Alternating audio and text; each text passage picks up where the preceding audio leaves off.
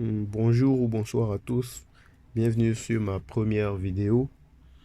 Comme vous le voyez dans le titre, je suis là aujourd'hui pour parler du racisme par rapport aux Africains. On parle du racisme partout de nos jours, que ce soit sur les réseaux sociaux, notamment sur Twitter avec le déroulement de la Coupe d'Afrique, où l'on perçoit des échanges houleux entre Noirs et Arabes, que ce soit aussi avec les rumeurs annonçant Idriss Elba comme le nouveau James Bond. Je ne sais pas si vous avez vu ça, où il se plaignait notamment qu'on ne voudrait pas lui donner le poste parce qu'il est noir et tout, et je pense qu'il a décidé de laisser tomber. Ou la difficulté des immigrés africains en Italie, dans toute l'Europe. Bon, surtout en Italie où on sait que là-bas, vraiment, le racisme est vraiment très élevé. On en voit partout, tout le temps, ce genre de choses. Certains font étalage de ceci pendant que d'autres pensent que les Noirs se victimisent. Mais d'abord, c'est quoi se victimiser? Se victimiser, c'est se plaindre de son sort. Lorsqu'on a été stigmatisé, maltraité. Mais pour se sentir maltraité, stigmatisé, il faut avoir connaissance des actes posés, en fait. Mais lorsque ces actes posés deviennent une légitimité pour cette personne qui se sent victime, pour cette supposée victime, mais en ce moment-là, il n'y a plus débat là-dessus. Parce que si tu te sens stigmatisé et tu as appris à accepter ton sort comme une norme, tu n'as plus à te plaindre. Eh bien, c'est le problème des Noirs aujourd'hui. Ils sont acculturés, dénaturés. Et je plaisante pas avec les mots. On ne perçoit aucune originalité chez eux en préservant comme base de vie des pratiques des razzias négrières dont ils se plaignent aujourd'hui. Parce qu'on voit que les Africains ont tout gardé de l'esclavage. C'est-à-dire qu'on doit faire preuve d'originalité, les Africains doivent faire preuve d'originalité, mais lorsque tu gardes tout de quelque chose dont tu te plais, tu n'as plus à te plaindre en fait. Parce qu'aujourd'hui, les Africains sont vus comme des copieurs. Ils copient tout. On ne voit aucune chose chez eux qui inspire le respect. Mais si le noir venait à prendre ses responsabilités et à s'affirmer pleinement, il se sentirait pas stigmatisé du tout. Mais quelqu'un qui rejette tout ce qui vient de lui au profit de ce qui définit l'autre, il n'a pas à se plaindre il n'a pas à se plaindre.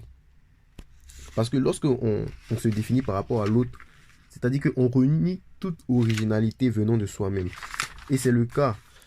C'est le cas parce qu'on voit aujourd'hui que les Africains ont tout perdu de ce qui les définissait et tout. Mais tout ce que les Africains ont gardé comme culture, qu'on peut dire intacte, c'est l'alimentation. C'est-à-dire que quoi, toutes ces qualités culinaires ont été préservées. Mais aujourd'hui, quand tu vas sur les réseaux sociaux, euh, tu vois par exemple un tweet disant bah euh, mon pays, j'aime mon pays, tout ça, en mettant des photos de nourriture et tout. C'est la seule chose que l'Africain a réussi à garder. C'est-à-dire que quoi, si aujourd'hui, en Afrique, le climat était différent, on avait un climat tempéré ou quoi que ce soit d'autre, je ne sais pas, tu allais voir que l'alimentation allait changer, l'Afrique allait être complètement dénaturée, mais les bases culinaires ont été préservées. Et aujourd'hui, ceux qui ont gardé intégralement leur culture sont stigmatisés par ceux-mêmes qui se disent stigmatisés par les autres en fait. C'est-à-dire que quoi, aujourd'hui, lorsque tu vois un jeune de 25, 26 ans qui vient du village, qui arrive en ville, qui ne parle pas bien français ou qui ne comprend pas le français, il est perçu comme un analphabète, tout ça. Mais l'analphabétisme doit être réciproque, doit être relatif plutôt à soi-même. Tu es analphabète en fonction de de ta culture, de ta tradition. Si tu ne parles ni ta langue et tu ne connais rien dans ta culture, oui, là on peut dire que tu es analphabète, mais on ne peut pas se répertorier par rapport à quelque chose des autres en disant qu'on est analphabète.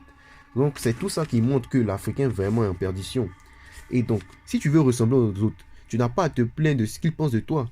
Mais lorsque toi-même tu t'apprécies à ta juste valeur telle que la nature t'a conçu, en ce moment-là, tout ce que les autres diront de toi ne t'atteindront pas du tout. Et tant que toi-même tu t'apprécies, rien ne peut t'atteindre. Car le noir aujourd'hui veut être citoyen du monde. Il veut se faire aimer par tous. Car il est persuadé que c'est en copiant l'autre qui va se valoriser. Donc, ce que je veux faire comprendre aux gens, c'est que nous sommes dans un monde de prédation.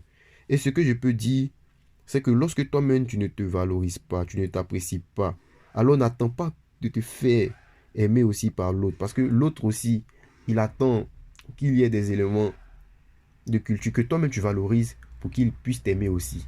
Mais n'attendons rien des autres, car on est fier que lorsque on est, on est fier de soi-même, je sais pas. Vous voyez? Donc, c'est le message que j'essaie de faire passer aujourd'hui.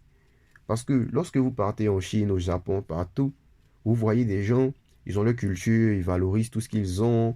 Lorsque vous voyez les mangas, les films et tout tout ça. Ils font passer leur culture à travers. Ils se valorisent et c'est ça qui fait que bah, les autres les aiment aussi. Mais lorsque toi-même, tu te tournes en dérision, tout ce qui vient de toi-même, tu n'es pas capable d'assumer. Et c'est ce que l'autre te rejette en fait, c'est ce que l'autre te projette. C'est le reflet de ce que tu lui montres qu'il te projette.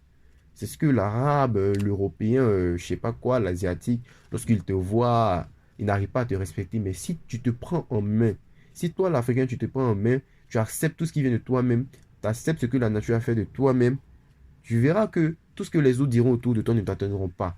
Mais tu te sens complexé lorsque certains ne t'aiment pas. Parce que tu te dis que bah, tu essaies de faire tout comme lui, tu lui ressembles et tout. Lorsqu'on pose des questions à des gens qui se plaignent du racisme, ils disent que bah, je suis un homme comme lui, je suis comme lui, je ne suis pas différent de lui, tout ça. C'est-à-dire qu'ils se basent sur les éléments qui définissent l'autre pour se définir aussi. Et comme ça, tu ne pourras pas te faire respecter. Mais si demain, si l'Africain se prend en main, qui réalise des choses dans sa vie, des projets, des trucs, que ce soit sur le plan matériel ou humain, qui peuvent aider l'autre, automatiquement, il inspirera le respect par rapport aux autres. Mais aujourd'hui, l'Africain est complexé parce qu'il se dit que bah, tout ce qui vient de l'extérieur est meilleur. Donc, je pourrais dire pour conclure que l'Africain n'a pas à se plaindre du racisme. Car aujourd'hui, au 21e siècle où on n'a plus de chaîne et tout, mais la chaîne est toujours à la cervelle. Et lorsque l'Africain prendra tout en main, il verra que tout ça disparaîtra. Donc, il n'a pas à se plaindre du racisme. Donc, tous ceux qui font un combat du racisme, ils doivent savoir que la racine de ce combat n'est pas là. La racine du combat pour la libération des Africains n'est pas là. Merci.